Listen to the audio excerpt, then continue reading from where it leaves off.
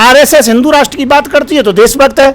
ये यदि सीए और एनआरसी को यदि विफल करने की बात करते हैं देश के गद्दार हैं। अरे 65% नाम इंडिया गेट पर मुसलमानों के हैं, ये कहाँ से गद्दार हो गए कि वहाँ कुरान शरीफ का अजान भी होती थी और दुआ भी होती थी, तो वहाँ पर जो कि गुरु ग्रंथ का पाठ भी होता था।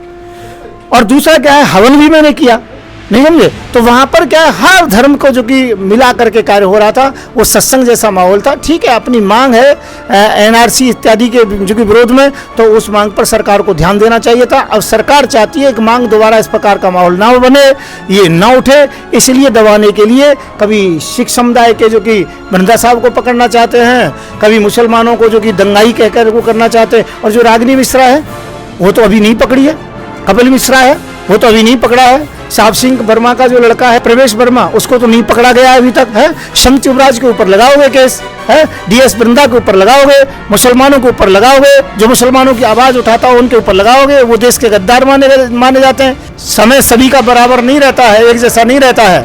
हिटलर शाही कभी नहीं चलती है। सद्दाम हुसैन भी बहुत जो कि तगड़ा था पर बिल के अंतर्गत में मिला था। लादेन भी बहुत तगड़ा था, घर में घुस के मारा था, बीजेपी के पास कोई मुद्दा ना था। अब उन्होंने शाहीनबाग का मुद्दा मिल गया, अब शाहीनबाग से बात नहीं बन रही थी तो कोई उनको दंगा तो कराना ही था।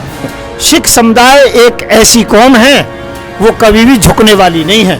तो ये 20 सैनिक की बात कर रहे हो, हालांकि 262 सैनिक मरे हैं। और चाइना कभी जब वो सर्जिकल स्ट्राइक करता है, उसकी सर्जिकल स्ट्राइक थी समझ लीजिए, तो वो स्ट्राइक इस प्रकार से करता है तो आपका जो कि 56 का 16 इंच का भी सीना नहीं रहता है।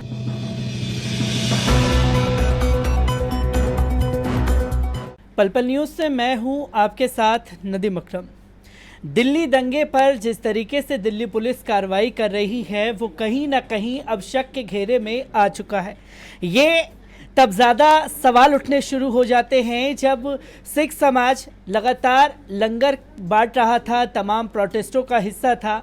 डीएस बिंद्रा पर जब आरोप लगे तो तमाम मुद्दों पर बेबाकी से अपनी राय रखते हुए हिंद आर्मी के प्रमुख संत युवराज सर हमारे साथ मौजूद हैं और मैं उनसे जानना चाहूँगा जिस तरीके से डीएस बिंद्रा के ऊपर आरोप दिल्ली पुलिस ने लगाए हैं, हेड कांस्टेबल रतन लाल की हत्या का आरोप लगा दिया गया है, किस तरीके से देख रहे हैं दिल्ली पुलिस की इस कार्रवाई को? मैं ये कहना चाहता हूँ, ये तो इस प्रकार का आरोप है कि जैसे कि अभी चंद्रमा पर हमारा एक रॉकेट गया था और वो गिर गया था, तो कुछ हास्य व्यंग में लोगों ने उस पर एक जो कि ट्रेंड कसा था कि ये जवाहरलाल नेहरू की कमी से गिरा है।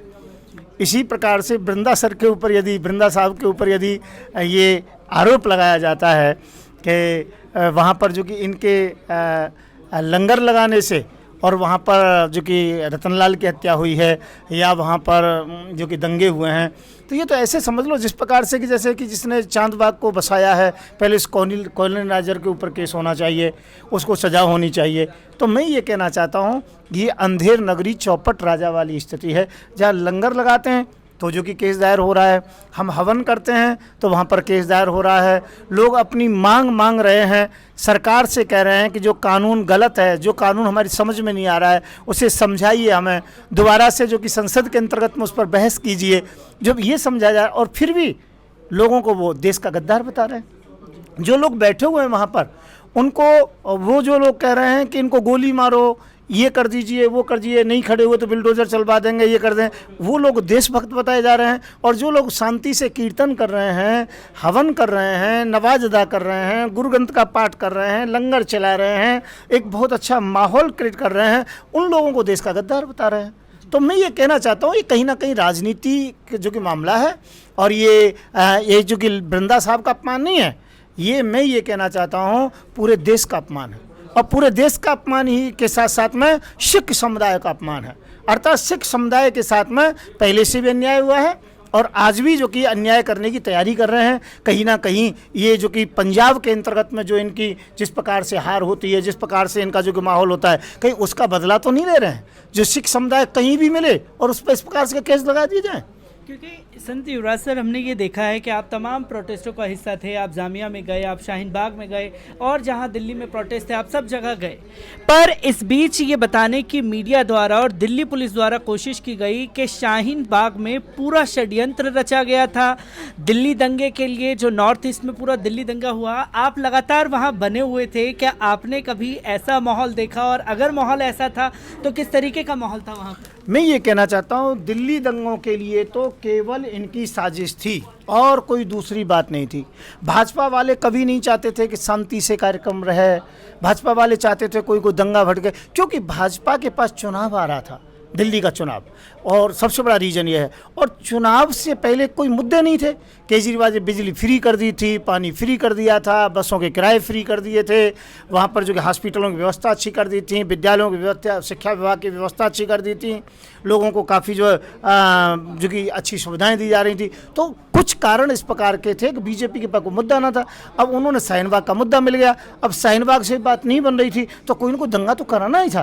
तो इसके अलावा जैसे कि वहाँ पर एक रागिनी नाम की जो कि औरत है, और एक जो कि वो कपिल मिश्रा नाम का जो कि लड़का है, तो कई हैं, एक जो कि साहब सिंह वर्मा का जो कि लड़का था, ये कई लोग बड़े बोले इस प्रकार के थे कि बीजेपी ने इनको तैयार किया, एक माहौल क्रिएट किया। ये कुछ भी कहें, जो गोली चलाने वाला है वो पुलिस की सुरक्षा में खड़ा हुआ है, उसको कुछ नहीं कहा जा रहा है, उसे नाबालिग कहा जा रहा है, उसे तत्काल छोड़ दिया जाता है। और जिन्होंने कभी गोली नहीं चलाई, बंदा साहब ने कभी बंदूक का मुंह नहीं देखा, जिन्होंने केवल लंगर के अलावा कोई दूसरा काम नहीं किया, उनको जो बहुत बड़ा जो कि आरोपी बना दिया। ये 17-18 केस जो कि ये वृंदा साहब को लगा दिए।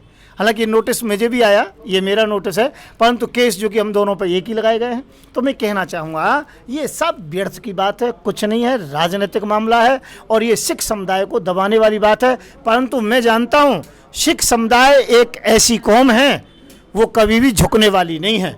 और वृंदा साहब को मोदी साहब अकेले मत समझ लेना, पूरा देश तो इनके साथ है ही, और जो कि सिख समुदाय अपनी अंतिम सांस तक लड़ेगा, पर वृंदा साहब के ऊपर आंच नहीं आने देगा। क्योंकि हम लगातार देख रहे हैं, जैसे कि आप लोग बेबाकी से अपनी आवाज़ को बुलंद कर रहे थे, सरकार टारगेट कर रही थी। इसमें कई नाम आते हैं। खालिद सैफी जो यूनाइटेड अंगेज के थे, उन्हें दिल्ली दंगे का मुख्य आरोपी बना दिया गया। सफूरा जारगर हुई, मिरान हैदर हुए, सब दिल्ली दंगे के आरोपी बना करके उनको पेश कर रही है सरकार। तो सरकार की मंशा क्या है? क्योंकि तमाम रिपोर्ट जो बाहर से आ रही हैं, USCIRF, अमेरिका बार बार कह रहा है, अरब कंट्री लगातार सवाल खड़े कर रही है कि देश में जो है अल्पसंख्यकों के साथ बहुत बड़ा खिलवाड़ मोदी सरकार कर रही है। मैं केवल एक ही बात कहना चाहता हूं, इनका केवल एक ही षड्यंत्र है कि CAA, NRC इत्यादि जो लागू किया गया है, इस मुद्दे को दोबारा कोई ना उठा ले। पर इनको ये नहीं पता है 10 जुलाई को फिर मैं रामलीला मैदान में पहुंच रहा हूँ CAA और NRC के मुद्दे को लेकर के। मैं ये कहना चाहता हूँ, इनकी बिल्कुल मानसिकता गलत है। ये मुस्लिम समाज को दबाना चाहते हैं और ये संविधान का बिल्कुल पालन नहीं कर रहे हैं। अरे हम तो शाहीन बाग के अंतर्गत में इसीलिए देते हैं, ये हमें जो कि पकड़ा दिया है इन्होंने, तो इसे जो कि मैं आपको बताना चाहता हूँ कि हम तो केवल इसीलिए गए थे कि वहाँ पर जो कि संविधान का पालन किया जा रहा है, वहाँ पर जो है अंबेडकर जी का फोटो लगाया जा रहा है, महात्मा गांधी का फोटो लगाया जा रहा है, सब लोग शांति से बैठे हुए हैं। वहाँ का माहौल एक सत्संग जैसा माहौल था। मैं ये कहता हूँ आंदोलन जैसा माहौल ही नहीं था, और किसी को किराए से नहीं बुलाया जा रहा था, अपने आप आ रहे थे। लंगर के लिए व्यवस्थाएं जो कि अपने आप हो रही हैं, ऑटोमेटिक सिस्टम चल रहा। तो एक आध्यात्मिक जो कि माहौल था, और उस आध्यात्मिक माहौल का सबसे बड़ा बात यह है कि वहाँ कुरान शरीफ का अजान भी होती थी और दुआ भी होती थी, तो वहाँ पर जो कि गुरु ग्रंथ का पाठ भी होता था।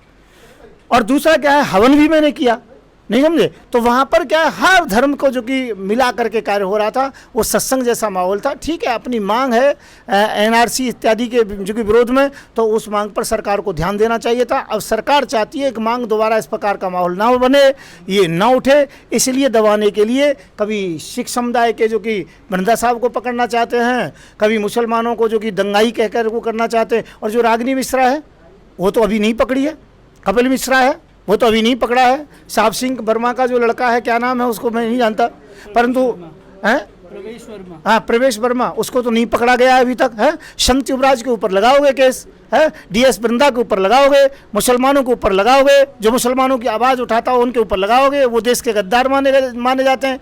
आप कुछ भी कर लीजिए मोदी जी, कुछ नहीं होता है इन बातों से। समय सभी का बराबर नहीं रहता है, एक जैसा नहीं रहता है। हिटलर शाही कभी नहीं चलती है। सद्दाम हुसैन भी बहुत जो कि तगड़ा था, पर बिल के अंतर्गत में मिला था। लादेन भी बहुत तगड़ा था, घर में घुस के मारा था। इसी प्रकार से ध्यान रखो, कोई ना कोई समय ऐसा आएगा और उसके लिए हिंद आर्मी की स्थापना हो चुकी है। संविधान का हम पालन करेंगे, संविधान को नष्ट नहीं होने देंगे। चाहे हमें आप कुछ भी करिए, जेल में डालिए, हम डलने को तैयार हैं। पर मैं ये कहना चाहूँगा, लंगर चलता रहेगा। अब राम जन्मभूमि के लिए वृंदा साहब लंगर लगाएंगे और आप में हिम्मत हो तो FIR दर्ज करके दिखा दीजिएगा। अभी कोरोना का जो मामला चला है, जगह जगह लंगर बांटा है, हिम्मत है तो करिए ना FIR दर्ज। और वहाँ पर भी जो शाहीन बाग में भी लंगर लगा था, तो वहाँ जाति और धर्म देख के नहीं लगा था। वहाँ सिख समुदाय के दूसरे लोग आ रहे थे, उनको वेजिटेरियन भोजन नहीं मिल रहा था, तो उन्होंने एक लंगर का प्रसाद बना करके लोगों को बांटा था, जिसके कारण से हम जैसे हिंदू भी वहाँ जाते थे तो हमको भी इन्हीं से लंगर मिलता था। तो मैं कहने का मतलब है, ये केवल धार्मिक मामला है, इसको ज़्यादा तुम भुनाने की चेष्टा मत करिए। और इतना ज़रूर कीजिए, अभी ये केस वेस वापस लीजिए। और हमारी और बिंदा साहब की लड़ाई केवल अपने केस के लिए नहीं है, हमारी लड़ाई है शाहीन बाग से संबंधित, NRC से संबंधित जितने भी केस हैं देश के अंतर्गत में, ये सब केस आपको वापस लेने होंगे। इसके लिए मैं शांति से आंदोलन करने आ रहा हूँ 10 जुलाई को रामलीला मैदान दिल्ली के अंतर्गत। क्योंकि हमने ये देखा है, जो लोग दंगे भड़का रहे हैं, जैसे आपने कई पॉलिटिशियंस के नाम बताए, इसमें पत्रकारों के नाम भी अब शामिल हो चुके हैं। एक एहतजाज अभी हमने 2 दिन पहले देखा, पूरे देश में अमीश देवगन के लिए हुआ। ख्वाजा गरीब नवाज की शान में उन्होंने गुस्ताखी की। 5000 से ज़्यादा FIR दर्ज होती है, पर उनके कोई गिरफ्तार करने के लिए नहीं जाता। इधर एक छोटी सी बात पर गिरफ्तार करके जेल की सलाखों के पीछे कई सालों तक के लिए ठूस दिया जाता है। ये केवल राजनीति है, संविधान का नाजायज लाभ उठाया जा रहा है, संविधान की लोकतंत्र की हत्या की जा रही है, और ये बिल्कुल इस प्रकार हिटलरशाही चल रही है। मैं ये कहना चाहूँगा, ये बिल्कुल इनका व्यवहार अच्छा नहीं है, और पूरा देश क्या पूरा विश्व इनके व्यवहार को जान चुका है। इनकी कथनी और करनी में बिल्कुल जो कि ज़मीन आसमान का अंतर है। अभी चाइना में भी जो हाल हुआ है हमारे सैनिकों का, और उसके ऊपर संवेदना नहीं, बल्कि ये कह रहे हैं कि ना तो हमारी सीमा के अंतर्गत में चाइना वाले घुसे हैं, ना उन्होंने किसी प्रकार से ज़मीन दबाई है, और ना हमारे सैनिकों को मारा है। मैं ये प्रश्न करता हूँ मोदी जी, तो ये 20 सैनिक की बात कर रहे हो, हालांकि 262 सैनिक मरे हैं, ये समाचार है खास करके, पर चलो तुम 20 लगाते हो, तो मैं ये कह रहा हूँ 20 सैनिक किसने मारे हैं? हमारे 10 सैनिक जो कि गायब थे, तो मैं पूछना चाहता हूँ ये 10 किसने गायब किए थे? क्या हमारे लोग चाइना के अंतर्गत में जाकर के तब जाकर के इनको मारा गया है, या चाइना वाले हमारे ज़मीन पर आए हैं? आखिरकार इसका विश्लेषण कीजिए ना, ये छिपाने की ज़रूरत क्या है? पाकिस्तान जब कुछ कहता है तो 56 इंच का सीना हो जाता है। अब पाकिस्तान करके इसको हीरो बना दिया तुमने विश्व में। और चाइना कभी जब सर्जिकल स्ट्राइक करता है, उसकी सर्जिकल स्ट्राइक थी समझ लीजिए, तो वो स्ट्राइक इस प्रकार से करता है, तो आपका जो कि 56 की क्या 16 इंच का भी सीना नहीं रहता है। आखिरकार ऐसा क्यों? यदि आप पर देश नहीं संभलता है तो हटिए ना, हम आकर के देश को संभालेंगे। परंतु हम चाइना के मामले में पीछे नहीं हटना चाहते। और मोदी जी ध्यान रखिए, हमारा तुम्हारा झगड़ा है, 2-2 हाथ होते रहेंगे, पर यदि चाइना का मामला आता है तो देश का पूरा मुसलमान का युवक है, मैं कहता हूं मरने मिटने को तैयार है, पर चाइना से पीछे हटने को तैयार नहीं। हमें चाहिए मानसरोवर में पासपोर्ट लगा के जाते, हमें मौका मिला है। हमें चाहिए जो पहले लड़ाई हुई थी उसके जो जितनी भी ज़मीन हमारी ली थी वो ज़मीन चाहिए हमें। मैं ये कहना चाहता हूँ, यहाँ पर देश में दलित और मुसलमान कमज़ोर नहीं हैं। या तो इनको लेकर के चाइना की लड़ाई कीजिए।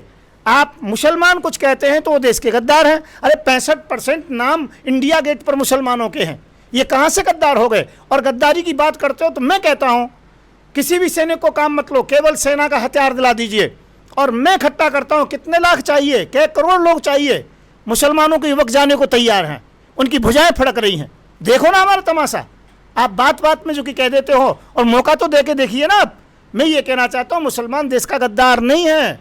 अपनी हक की लड़ाई मांगना कोई गद्दारी नहीं है। RSS हिंदू राष्ट्र की बात करती है तो देशभक्त है। ये यदि CA और NRC को यदि विफल करने की बात करते हैं, देश के गद्दार हैं। तो इसलिए मोदी जी, आपको सबके साथ बराबर व्यवहार करना चाहिए। ये देश हिंदू मुस्लिम सिख ईसाई सभी का है, और अब हिंद आर्मी इसीलिए बनी है। RSS नाम के संगठन को बंद करो, नहीं तो हमारा हिंद आर्मी चलेगा और इसका जवाब आपको देगा।